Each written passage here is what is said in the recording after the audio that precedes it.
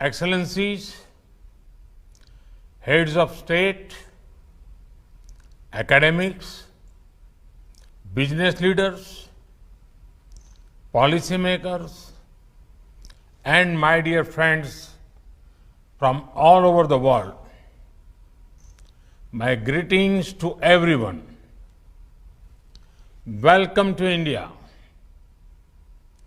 First of all, I would like to congratulate the Coalition for Disaster Resilient Infrastructure. The occasion of the 5th edition of this International Conference on Disaster Resilient Infrastructure, ICDRI 2023, is indeed a special one. Friends, the CDRI arose from a global vision. In a closely connected world, the impact of disasters will not just be local. Disaster in one region can have a big impact on a completely different region. Therefore, our response has to be integrated, not isolated. Friends, in just a few years, over 40 countries have become part of the CDRI. This conference is becoming an important platform. Advanced economies and developing economies, large and small countries, the global north and the global south are coming together at this forum. It is also encouraging that it is not just governments that are involved. Global institutions, domain experts, and the private sector also play a role. Friends, as we discuss infrastructure, some priorities have to be remembered. The CDRI's theme for this year's conference is related to delivering resilient and inclusive infrastructure. Infrastructure is not only about returns, but also about reach and resilience. Infrastructure must leave none behind and serve the people even during time of crisis. Further, a holistic view of infrastructure is needed.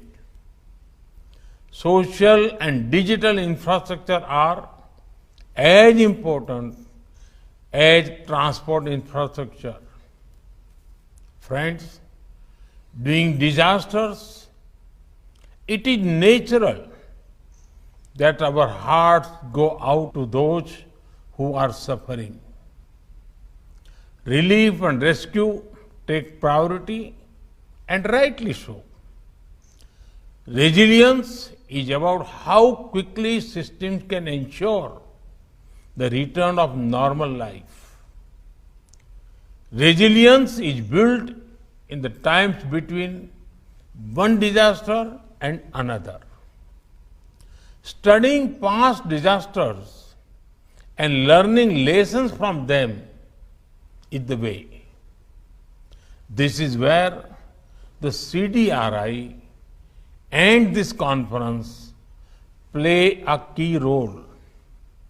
Friends, each nation and region faces disasters of different kinds. Societies evolve local knowledge related to infrastructure that can withstand disasters. While modernizing infrastructure, such knowledge needs to be used intelligently. Modern technology with local insights can be great for resilience. Further, if documented well, local knowledge may become a global best practice. Friend, some of the initiatives of the CDRI are already showing its inclusive intent. The Infrastructure for Resilient Island State Initiative for IRIS benefits many island nations. These islands may be small, but every human living in them matters to us. Just last year, the Infrastructure Resilient Accelerator Fund was announced. This $50 million fund has generated immense interest among developing nations. The commitment of financial resources is key to the success of initiatives. Friends, recent disasters have reminded us of the scale of challenges we face. Let me give you a few examples. We had heat waves across India and Europe. Many island nations were harmed by earthquakes, cyclones, and volcanoes. Earthquakes in Turkey and Syria caused great loss of lives and property. Your work is becoming more relevant. There are great expectations from the CDRI. Friends, this year, India is also bringing the world together through its G20 presidency. At the president of G20, we have already included the CDRI in many working groups. The solutions you explore here will receive attention at the highest levels of global policy making.